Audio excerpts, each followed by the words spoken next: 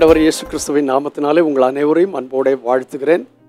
புதன்கிழமை காலையில் நீங்கள் சுகமாய் இருப்பீர்களாக. இந்த நாளிலே நமக்கு மிகவும் பழக்கமான ஒரு வேத பகுதியை வாசிக்கிறேன். ஆதியாகமத்தின் புஸ்தகம் 12ஆம் அதிகாரம் 2ஆம் வசனம். தேவனாகிய கர்த்தர் ஆபிரகாமை பார்த்து சொன்ன வார்த்தைகள்: நான் உன்னை பெரிய ஜாதியாக்கி உன்னை ஆசீர்வதித்து உன் பேரை பெருமைப்படுத்துவேன்.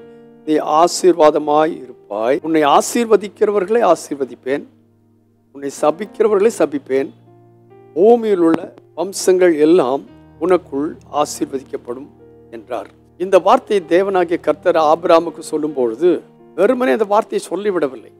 அதற்கு முன்னதாக அவன் செய்ய வேண்டிய ஒரு காரியம் இருந்தது. இந்த நாட்களில் எல்லாருக்கும் பேரும் பிரஸ்தாபம் வேணும் என்று ரொம்ப ஆசை. பெரிய ஜாதி ஆகிட்டாங்க என்று சொல்ல, பெரிய ஆளாயிட்டோம் சொல்லி ஆசை. எல்லாருக்கும் முன்பாக நான் பெருமைப்பட்டத்தக்கதான நிலைமையில் காணப்படுகிறேன், ஆசீர்வாதமாக இருக்கிறேன் என்று சொல்லப்படுகிறதுக்கு எல்லாருக்கும் ஆசை உண்டு. எனக்கும் கூட அந்த ஆசை உண்டு நினைக்கிறேன். ஆனால் அந்த ஆசை நிறைவேறணும்னா அதற்கு முன்னால் உள்ள ஒரு காரியத்தை செய்தாகணும். என்ன என்று கேட்டால், முதலாம் வசனத்தை சொல்லிட்டு, கர்த்தர் ஆபிராமை நோக்கி, நீ உன் தேசத்தையும் உன் இனத்தையும் உன் தகப்பனுடைய வீட்டையும் விட்டு புறப்படணும். அவனுடைய ஆராதனை முறைமையை விடணும், அவனுடைய கலாச்சாரத்தை விடணும், அவர்கள் செய்து வந்த சகல காரியத்தை விடணும். அதெல்லாம் விட்டுட்டு நான் உனக்கு காண்பிக்கும் தேசத்துக்கு போ. அந்த காண்பிக்கும் தேசம் என்னதுன்னு அவங்ககிட்ட சொல்லலை.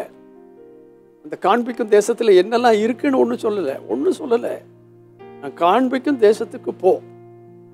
நீ அப்படி போவாயானால் நான் உன்னை பெரிய ஜாதியாக்குவேன், உன்னை ஆசீர்வதிப்பேன், உன் பேரை பெருமைப்படுத்துவேன், நீ ஆசீர்வாதமாயிருப்பான். 4 விதமான ஆசீர்வாதங்களை தேவனாகி கர்த்தர் ஆபிராமுக்கு, அவன் இன்னும் ஆபிரகாம் என்று அழைக்கப்படவில்லை, ஜாதிகளின் தகப்பன் என்று அழைக்கப்படவில்லை, அவனால் அவனை அழைத்த அழைப்பிலேயே அவனுக்கு அந்த வார்த்தைகளை சொன்னார்.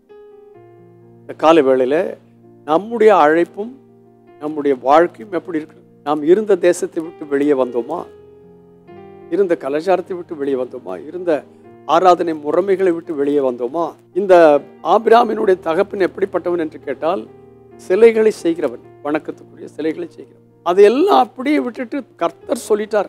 இந்த கர்த்தரை அவன் கண்டதில்லை, பார்த்ததில்லை, அனுபவித்ததில்லை. ஆனால் கர்த்தருடைய சத்தம் என்று அவன் விளங்கி கொண்ட போது உடனடியாய் புறப்பட்டு வந்தான். இந்த கால வேளையில நான் உங்களுக்கும் எனக்கும் சேர்த்து சொல்வேன், கர்த்தர் சத்தத்தை நாம் கேட்போமாக.